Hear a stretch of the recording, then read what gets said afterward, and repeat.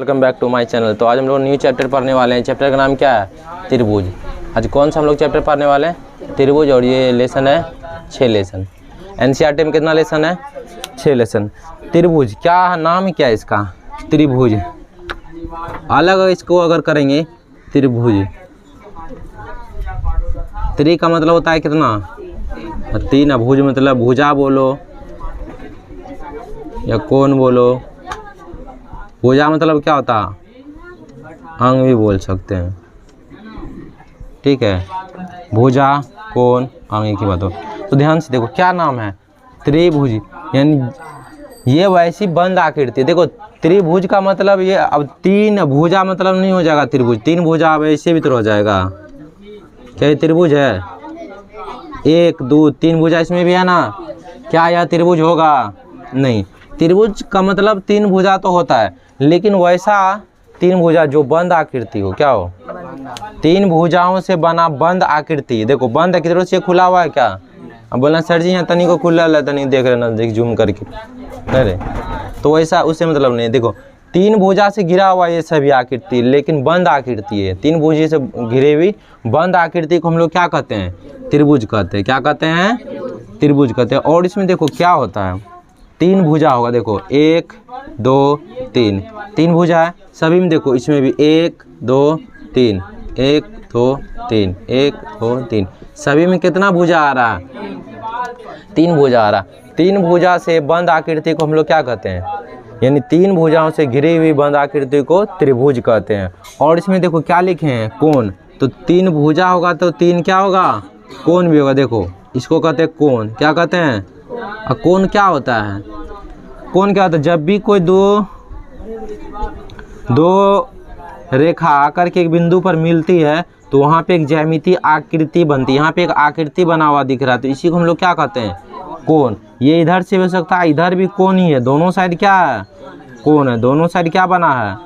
कोण।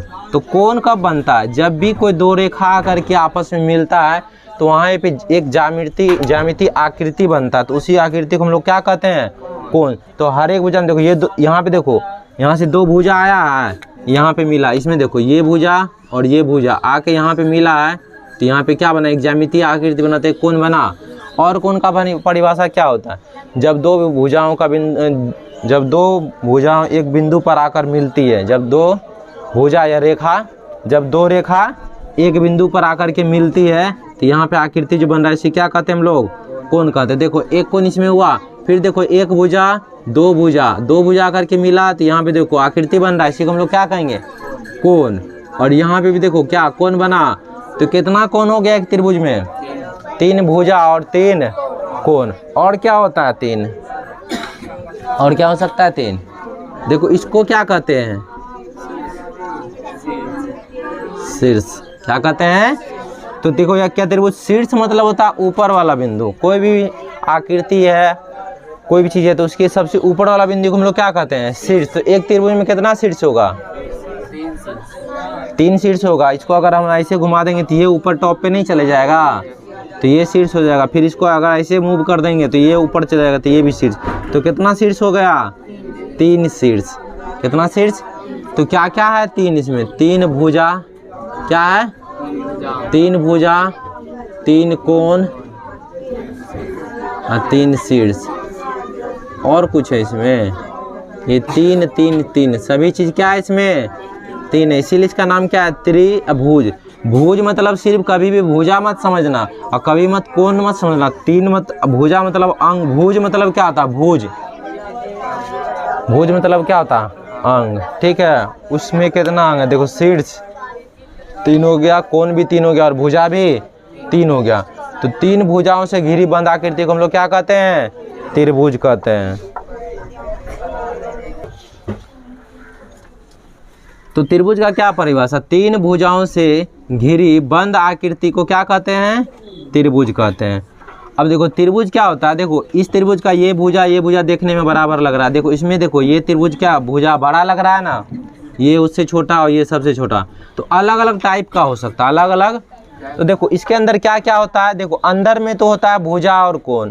कोण अंदर होता है और ये भुजा जो होता है। शीर्ष तो ऊपर वाले भाग को कहते हैं, तो इसीलिए इसको त्रिभुज को दो आधार पे बांटा गया। कितने आधार पर? बांटने का दो आधार लिया गया, एक है भुजा के आधार पर और कोण के आधार पे। आधार मतलब इसके बेसिस पे, इसको मान करके त्रिभुज बनाएगा, एक को कोण मान करके, कोण के हिसाब से त्रिभुज। आधार मतलब समझता है उसके बेस पर बनाया गया। तो पहले हम लोग देखते हैं भुजा के आधार पर त्रिभुज तीन प्रकार के होते हैं। कितने प्रकार के? तीन प्रकार के त्रिभुज होते हैं। किसके आधार पर? यहाँ ये बात ध्यान देखना, किसके आधार पर हम लोग अभी समझ रहे हैं? भुजा के आधार पर। तो पहला है समबाहु त्रिभुज। पहला क्या है? समबाहु त्रिभुज। देखो यहाँ सम मतलब क्या होता है? सम मतलब बराबर, और बाहु मतलब भुजा। बाहु मतलब भुजा। तो यानी जब बराबर भुजा होगा, कोई भी एक त्रिभुज है उसका तीनों भुज, इसमें कितना भुजा होता है? तीन। यहाँ पे क्या लिखा हुआ? समबाहु। क्या इसमें नाम लिखा हुआ? एक भुजा, दो भुजा, बराबर होगा। तो समबाहु मतलब इसका जितना भी भुजा है, बाहु मतलब भुजा, सम मतलब बराबर, जितना भी भुजा है वो अगर आपस में बराबर है तो उसको हम लोग क्या कहेंगे? समबाहु त्रिभुज। जैसे यहाँ फोटो देखो, अब फोटो देखने से सिर्फ नहीं हो जाएगा कि वो समबाहु त्रिभुज, लिखा भी होना चाहिए। अगर मानो कि ये ए है, ये ए है, ये ए है। अच्छा एक बात बताओ, ये भुजा है तो इसका कुछ लंबाई होगा कि नहीं? कुछ तो लंबाई होगा, 1 मीटर, 2 मीटर, 1 सेंटीमीटर, 2 सेंटीमीटर। तो अभी हम कुछ सेंटीमीटर में देखे ए दर्शाया। अगर इसे समझना तो देखो यहाँ पे एक और बना देते हैं हम। जैसे मानो कि ये 2 है, ये 2 है, 2। अब मीटर, सेंटीमीटर, किलोमीटर से कोई लेना देना तुम लोग को नहीं है, बस यह समझना। देखो अगर इसका ये एक भुजा है, ये वाला, अब नाम भी दे देते हैं ABC, ऐसे में दे दो ABC, ABCD दे देते हैं।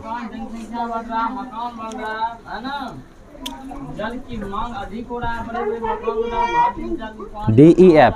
देखो इसमें देखो DE एक भुजा है, EF दूसरा भुजा है, और DF तीसरा भुजा है। तो देखो DE का भी लंबाई कितना? 2 है, EF का भी लंबाई कितना है? 2 है, और DF का भी लंबाई 2 है। यही A मतलब वही हुआ। मतलब अगर इसका सभी भुजा अगर आपस में बराबर हो जाए, कोई भी त्रिभुज का अगर सभी भुजा आपस में बराबर हो जाए तो उसको हम लोग कहेंगे समबाहु त्रिभुज। क्या कहेंगे? यहाँ नाम से हम लोग अभी यहाँ समझते जाते हैं, परिभाषा हम लोग आगे क्लास में पढ़ेंगे। यहाँ देखते हैं अभी हम लोग। अब अगला का नाम है, यहाँ देखो सम तो लगा हुआ, इसमें भी सम क्या है? इसमें भी लगा हुआ, लेकिन उसके आगे एक वर्ड है द्वि। द्वि का मतलब होता है 2। अब बाहु तो मतलब भुजा होता ही है, बाहु मतलब भुजा होता ही है। तो सम मतलब बराबर, सम मतलब बराबर, कितना? 2 भुजा बराबर। अगर कोई भी त्रिभुज है, कोई भी त्रिभुज है, उसमें से अगर 2 भुजा उसका बराबर हो गया तो उसको क्या कहेंगे हम लोग? समद्विबाहु त्रिभुज। समद्वि मतलब बराबर होना चाहिए, लेकिन कितना भुजा? 2 भुजा, तो उसको हम लोग कहेंगे समद्विबाहु त्रिभुज। क्या कहेंगे? समद्विबाहु त्रिभुज। ठीक है, जैसे ये कोई त्रिभुज है, ठीक है। अब देखो इसका, अब अगर मानो कि ये 3 है, ये 3 है, ये 4 है, तो देखो ये वाला भुजा 3 और ये वाला भुजा 3 बराबर हुआ। अब जरूरी नहीं कि ऐसे ही ऐसे, कैसे भी हो सकता है बराबर। अब ये 3 भी, ये 3 है, ये 4 हो सकता है, तो ये दोनों बराबर हो गया। तो त्रिभुज में कितना भुजा होता है? 3। उसमें से यदि अगर कोई भी 2 भुजा आपस में बराबर है तो उस त्रिभुज का नाम हम लोग क्या कहेंगे? समद्विबाहु त्रिभुज। त्रिभुज का नाम क्या हो जाएगा? समद्विबाहु त्रिभुज। अब अगला है इसी के आधार पर, सब तो सेम ही है। यहाँ विषम, विषम, सम विषम सुना है ना? सम मतलब बड़ा होता है बराबर, और विषम का मतलब बराबर नहीं, मतलब अलग अलग, बराबर नहीं। मतलब अब कह रहा है इसका कोई भी भुजा बराबर नहीं होना चाहिए, कोई भी भुजा आपस में बराबर नहीं होना चाहिए। सबका माप क्या होना चाहिए? अलग अलग होना चाहिए। सबका माप क्या होना चाहिए?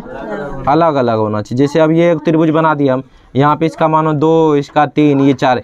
क्या इसमें 3 भुजा दिए हैं और तीनों का क्या लंबाई समान दिख रहा है? क्या नहीं दिख रहा है, तो इसको कहेंगे विषम। विषम का मतलब होता है अलग अलग। विषम का मतलब क्या होता है? अब ये सम विषम नहीं कि 2 से भाग लगने वाला सर जी, विषम संख्या, सम संख्या।